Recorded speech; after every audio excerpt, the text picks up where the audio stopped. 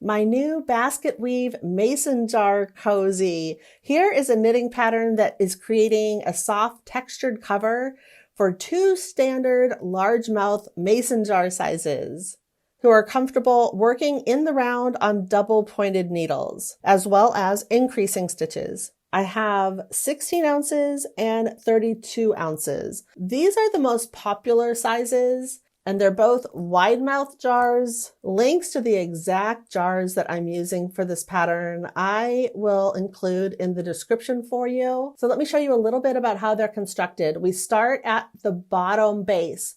So it's completely enclosing the jar. Unlike a cozy that just fits around the width of your jar, this completely encloses it, so it stays in place perfectly. Knitting it bottom up, the texture is the basket weave stitch. And I've designed this pattern so that it fits perfectly using bulky weight yarn. And the rim is beautifully finished with this I-cord bind off. I'll show you exactly how to do that technique a little bit later in this video. Our knitting supplies, we have yarn that's bulky weight number 5, along with 4 double pointed needles that are size 8 US. That's smaller than the yarn calls for, but it gives us the perfect gauge to cling onto our jar.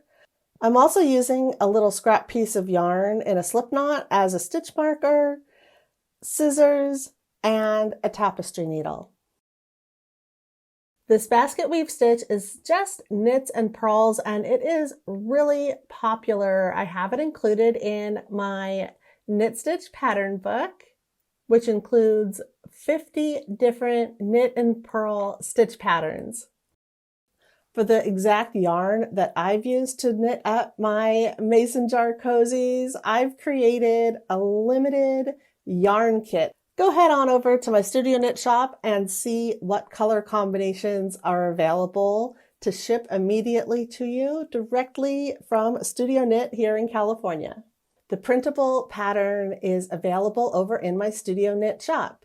It's a 5-page PDF and it includes everything you need to know. All of the step-by-step knitting instructions, both the written instructions as well as charted for the basket weave pattern.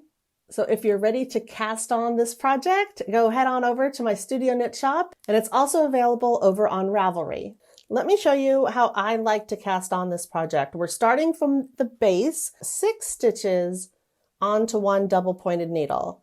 Now, rather than starting by separating them onto 3 separate needles, I'm going to do it with just 2 needles to make it a little bit less fidgety. So I'm putting 3 stitches onto a second needle. And then I'm joining in the round with the stitches on 2 needles. You can start straight away with them on 3 needles. I just find that this is a little bit less tricky and hope that doing it this way might help encourage you to cast on with confidence as well. And the increase we're using is make 1. That's where you pick up a stitch, the ladder right in between the 2 stitches with your left needle, knit into the back of it. And it's a little challenging here with this yarn that's smaller. My fingers are getting in the way. So if make 1 is new to you, I have a great video that's using super bulky weight yarn where you can really see this technique very, very clearly.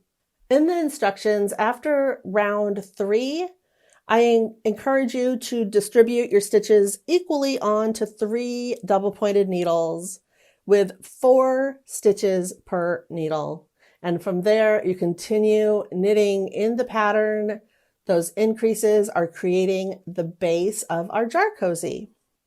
Once the base of your jar is complete, it's time to move on to step 3. That's knitting up the body in the basket weave stitch. Step 4 is the stockinette neck of the jar. So it's just a nice smooth stockinette stitch. And lastly, step 5, we are knitting the rim, and I really like using this I-cord bind off. Add 3 new stitches using the knitted cast on. This is a technique video that I recently published, so if you'd like to see it a little bit larger with super bulky yarn, you can check that video out. You'll have 3 additional stitches. Then we do the I-cord bind off. Very simple. We're knitting 2 stitches. So you just knit 1 stitch and a second stitch, then knitting 2 stitches together.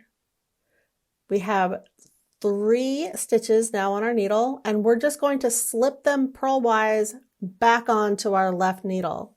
And we repeat this all the way around the rim of our jar cozy. Once you have 3 stitches remaining, we're just going to bind them off in the traditional way, where you just knit 2 stitches, pass 1 stitch over, knit the last stitch, pass the stitch over, and it's time to finish our work.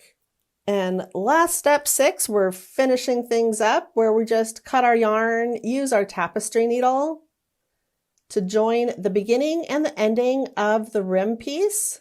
And I don't have any special instructions on exactly how to join it. Just join it in a way that you feel is smooth. And there might be a little bit of a seam for you, but that's fine. We just keep it in the back when we display our beautiful jars. Of course, that yarn tail at the bottom of the base, we use our tapestry needle and just weave your tail through the center stitches, weave in your ends, and cut, and your cozy is ready to fit straight onto the jar. There really is no need to block your piece. But as soon as you place it on your jar, I like to just turn the jar upside down, slide it on. That's the easiest way. And there it is. It fits perfectly. I hope you're inspired to knit up these mason jar cozies. If you're ready to cast on, head on over to my Studio Knit shop to get your printed pattern. If you're here in the US, go check out the different colors that I currently have available in your yarn kit. That includes 2 different colors right now, along with both the printed and the digital pattern PDF for you. I have an entire collection of really fun, quick knit gifts. I'll have that here on the screen for you. You can go check out another one next, and I will see you there.